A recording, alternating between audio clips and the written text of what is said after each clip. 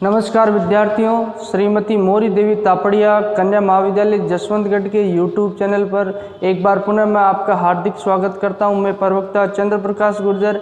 आज की क्लास हमारी जो BA द्वितीय वर्ष के छात्रों हेतु इतिहास विषय की होगी। ये BA द्वितीय वर्ष के छात्रों हेतु यहाँ इतिहास विषय की क्लास होगी। हम तो आज इतिहास विषय के दौरान जो हम तुगलक वंश को पढ़ रहे हैं, तुगलक वंश के दौरान हम जो मोहम्मद तुगलक को पढ़ रहे हैं, जिसे MBT को मोहम्मद बिन तुगलक को पढ़ रहे हैं। तो मोहम्मद बिन तुगलक की जो धार्मिक नीति है और उसकी राजस्व व्यवस्था के बारे में हम आज जानेंगे। तो हम मोहम्मद बिन तुगलक की धार्मिक नीति के बारे में बात कर रहे हैं। मोहम्मद बिन तुगलक का शासनकाल 1325 से 51 ईस्वी तक रहता है। मोहम्मद बिन तुगलक क्या है कि मोहम्मद बिन तुगलक का जो राजत्व के बारे में क्या मानना था। राजत्व के बारे में राजा के पास बोले देवी अधिकार होते, देवीय शक्तियाँ होती है और ईश्वर के द्वारा ही राजा को जो ये सिंहासन सौंपा जाता है और ईश्वर की छाया पृथ्वी पे शासक होता है। तो किसी भी जो मतलब जनता और प्रजा, अधिकारियों अमीरों प्रजा को राजा की बात का विरोध नहीं करना चाहिए और राजा की बात को ही स्वीकार कर लेना चाहिए और राजा के द्वारा जो कानून बनाया जाता है उसका पालन उनके द्वारा करना चाहिए। क्योंकि राजा किसी व्यक्ति को जो अधिकार करने का, जो शासन करने का अधिकार है, जो राजा को ईश्वर के द्वारा ही दिया जाता था और राजा में देवी अंश यानी ईश्वर का अंश भी पाया जाता है। तो प्रजा को राजा की किसी भी बात का उल्लंघन यहाँ नहीं करना चाहिए। और मोहम्मद बिन तुगलक का मानना था कि राजा संपूर्ण प्रभुत्व संपन्न होता है। वह स्वेच्छाचारी निरंकुश यानी राजा की जो इच्छा होती है वही कानून होती है और उस कानून का पालन पूरी जनता को करना चाहिए। राजा के पास जो अधिकार होते हैं वो असीमित अधिकार होते हैं। अब बात करें तो एक लघु परिषद राजा को सलाह, जो यहाँ अलावा मोहम्मद बिन तुगलक की बात करें तो मोहम्मद बिन तुगलक के यहाँ जो एक लघु परिषद थी जो राजा को सलाह देने का कार्य करती थी, लेकिन ये नाम मात्र की थी। मोहम्मद बिन तुगलक के द्वारा राजा जो लघु परिषद से किसी तरह की सलाह नहीं ली जाती थी और उनकी सलाह की अवहेलना भी यहाँ कर दी जाती थी। तो मोहम्मद बिन तुगलक के बारे में बात की जाए तो मोहम्मद बिन तुगलक द्वारा यहाँ जो राज्य है उसमें अपने आप को स्वेच्छाचारी और निरंकुश शासक स्थापित किया। वह किसी भी बात को मानने के लिए बाध्य नहीं था। अब बात करते हैं तो इसकी मोहम्मद बिन तुगलक के द्वारा जो राज्य है उसमें धर्म का हस्तक्षेप है उसको हटा दिया जाता है। प्रशासन में जो धर्म का हस्तक्षेप है उसे अस्वीकार कर दिया जाता है। क्योंकि मोहम्मद बिन तुगलक अगर बात की जाए तो कल की क्लास में मैंने बताया था, मोहम्मद बिन तुगलक अच्छा खासा विद्वान था और इसके द्वारा जो धर्म ग्रंथों और कानूनों का गहरा अध्ययन इसके द्वारा किया जाता है। तो ये जो उलेमा वर्ग होते हैं, उलेमा वर्ग यानी जो धर्मगुरु, मुस्लिम धर्मगुरु होते हैं, उनके जो सिंहासन में हस्तक्षेप होता है, ये इस हस्तक्षेप को इसके द्वारा अस्वीकार कर दिया जाता है।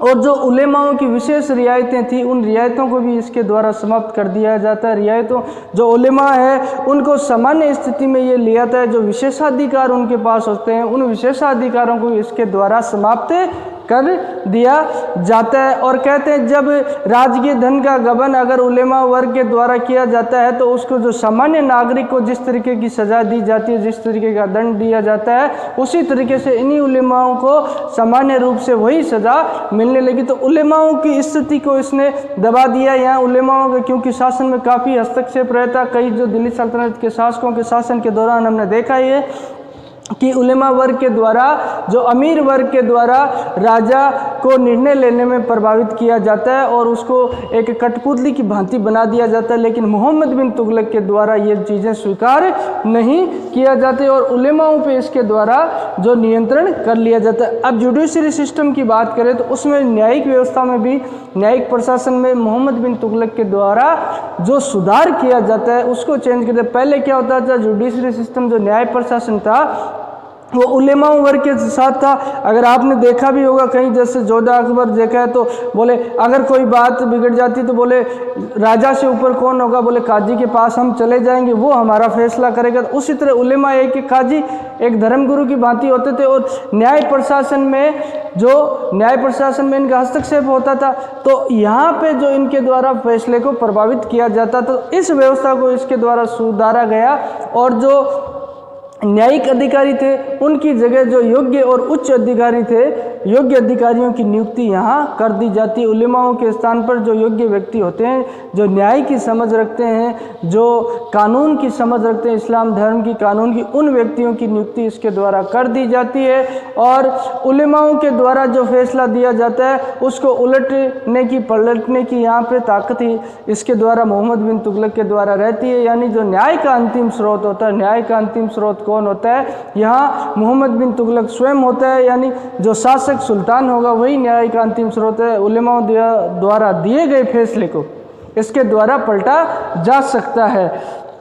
और हिंदुओं के प्रति इसकी नीति की बात की जाए तो हिंदुओं के प्रति इसकी नीति काफ़ी सहिष्णु रहती है। बाकी सुल्तानों की बजाय तुलना की जाए, अलाउद्दीन खिलजी की बजाय, गियासुद्दीन तुगलक की बजाय, तो ये हिंदुओं के प्रति काफ़ी सहिष्णु होता है। और बाकी सुल्तानों की तरह इसने हिंदुओं पे किसी तरह के अत्याचार नहीं किए। और हिंदुओं को, जो योग्य हिंदू थे, उनको उच्च पदों पे इसके द्वारा नियुक्ति दी जाती है। और मुस्लिम जनता के समान इसके द्वारा हिंदुओं के साथ व्यवहार यहाँ किया जाता है। ये इसकी सबसे बड़ी बात रहती है। तो इस तरीके से मोहम्मद बिन तुगलक के द्वारा अपने शासनकाल में ये धार्मिक नीति अपनाई जाती है। इस धार्मिक नीति के तहत जो उलेमाओं का धर्म का हस्तक्षेप है, धर्म को राजनीति से दूर कर दिया जाता है और उसका राजनीति में किसी तरह का हस्तक्षेप नहीं रहता है। और उलेमाओं जो धर्मगुरु उन पर नियंत्रण स्थापित कर लिया जाता। अब बात करते हैं राजस्व व्यवस्था की। तो राजस्व व्यवस्था में भी इसके द्वारा क्या सुधार किया जाता है। जब मोहम्मद बिन तुगलक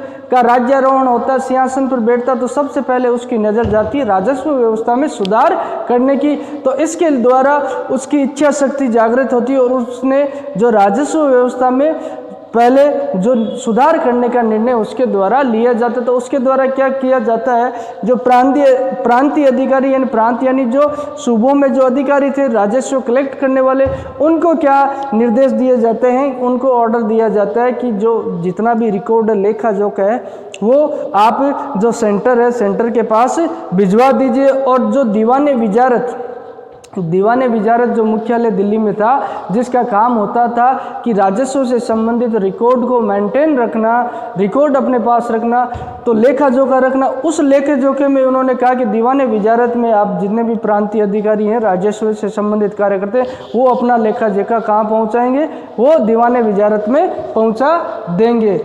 उसके पश्चात प्रत्येक सूबे का जो प्रत्येक प्रांत होता है उसका अलग रजिस्टर मेंटेन किया जाता है और उसी रजिस्टर में उस सूबे का रिकॉर्ड रहेगा, ताकि कोई भी गांव है, कोई भी क्षेत्र है, लगान वसूलने से छूटना नहीं चाहिए। और वह कोई प्रांत में कोई भी क्षेत्र नहीं छूटना चाहिए जहां से लगान वसूल नहीं हो रहा। ये इसके द्वारा कर दिया जाता है, अलग रजिस्टर मेंटेन कर दिया जाता है। अब इसके द्वारा क्या किया जाता है, जो प्रांतों से जो रिकॉर्ड आता है, जो इनके द्वारा जो प्रांतों से राजस्व कलेक्ट करके और उनके द्वारा रिकॉर्ड दीवाने विजारत को भेज दिया जाता है, इसके द्वारा उसकी सख्त जांच पड़ताल की जाती है। और जिन राजस्व अधिकारियों द्वारा गबन किया जाता है उनके प्रति सख्त कार्रवाई भी यहाँ देखने को मिलती है, ताकि राजस्व में किसी तरह का भ्रष्टाचार नहीं हो और राजस्व प्रणाली को सुधारा जाए। इसके द्वारा अच्छे योग्य अधिकारियों की नियुक्ति भी राजस्व विभाग में कर दी जाती है।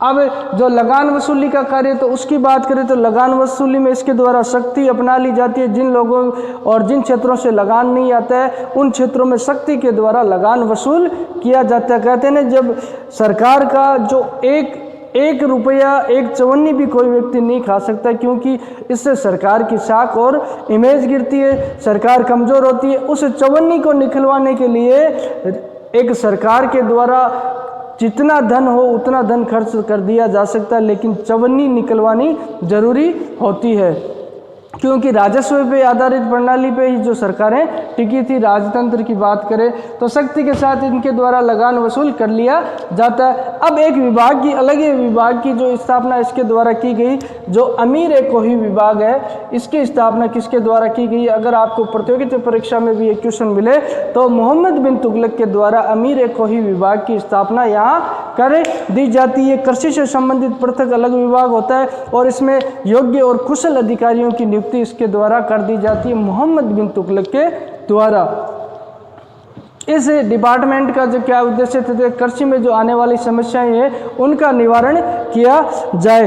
तो इस अधिकारियों को निर्देश दिया कि अगर कोई अकाल की स्थिति होती या प्रकोप या महामारी की स्थिति हो तो उन परिस्थितियों में इनके द्वारा, इस डिपार्टमेंट विभाग के अधिकारियों के द्वारा किसानों को ऋण बांटा जाए और कृषि में आने वाली जो समस्याएं हैं उन समस्याओं को दूर किया जाए। ये निर्देश इसके द्वारा यहाँ पे दिए जाते हैं। अब एक इजारीदारी प्रथा है, ये इसके द्वारा शुरू कर दी जाती है मोहम्मद बिन तुगलक के द्वारा।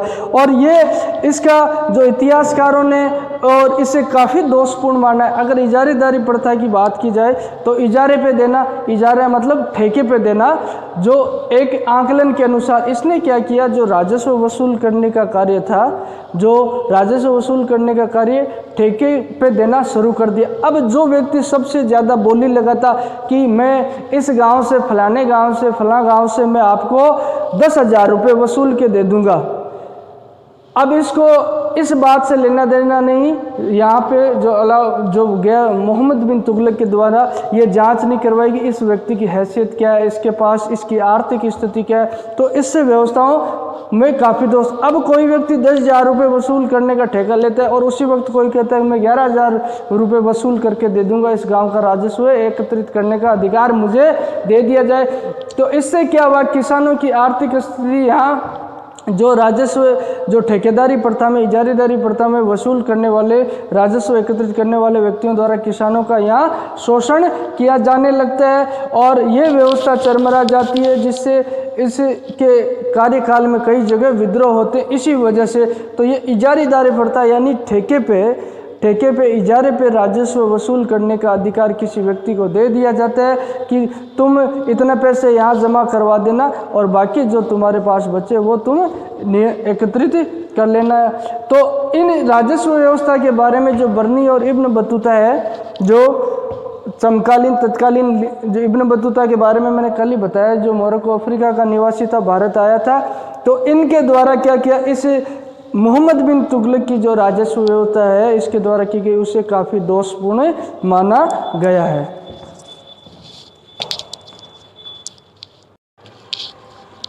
तो विद्यार्थियों, आज हमने जो मोहम्मद बिन तुगलक है उसकी जो धार्मिक नीति के बारे में जाना है, जो हिंदुओं के प्रति काफ़ी बेहतर रहती है और सहिष्णु रहती है और राजा के देवी अधिकार यानी ईश्वर का प्रतिनिधि यहाँ पे इसके मोहम्मद बिन तुगलक के द्वारा माना जाता है। और राजस्व से संबंधित राज्यारोहण होते सिंहासन पर बैठने के पश्चात काफ़ी प्रयास उसके द्वारा किया जाता है। राजस्व व्यवस्था को सुधारने के लिए अलग से जो अमीर-ए-कोही विभाग की स्थापना कर दी जाती है कृषि से संबंधित, और दीवान विजारत विभाग में उसके द्वारा सारा का सारा जो रिकॉर्ड लेखा जोखा है वह मेंटेन किया जाता है। और बात की जाए तो इस व्यवस्था में जो इजारेदारी प्रथा है इसके द्वारा पुनः शुरू कर दी जाती है, जो राजस्व व्यवस्था का सबसे बड़ा दोष मानी जाती है। बर्नी और इब्न बतूता द्वारा जो मोहम्मद बिन तुगलक है उसकी राजस्व व्यवस्था को दोषपूर्ण माना गया है।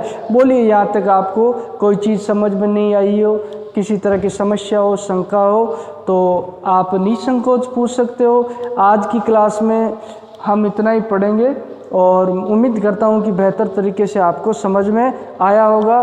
तो जो अपना व्हाट्सएप ग्रुप है, प्लेटफॉर्म, उसके माध्यम से कोई भी चीज़ आप मुझसे पूछ सकते हो। किसी चीज़ के बारे में विस्तृत रूप से आपको जानकारी हासिल करनी है तो भी आप अपना जो संदेश मेरे तक पहुंचा सकते हो और आपके जो भी सुझाव हो आमंत्रित है, आप सुझाव हमें दे सकते हो। तो आज की क्लास के लिए बस इतना ही। कल की क्लास में हम मोहम्मद बिन तुगलक के द्वारा जो किए गए अन्य सुधार है, जो दोआब में करवर्दी है, खुरासान अभियान है, जो इसके द्वारा जो मुद्रा चलाई जाती है उसके बारे में जो योजनाएं बनाई जाएगी, वो असफल योजनाओं के बारे में भी हम पढ़ेंगे। तो आज के लिए बस इतना ही। बहुत बहुत धन्यवाद।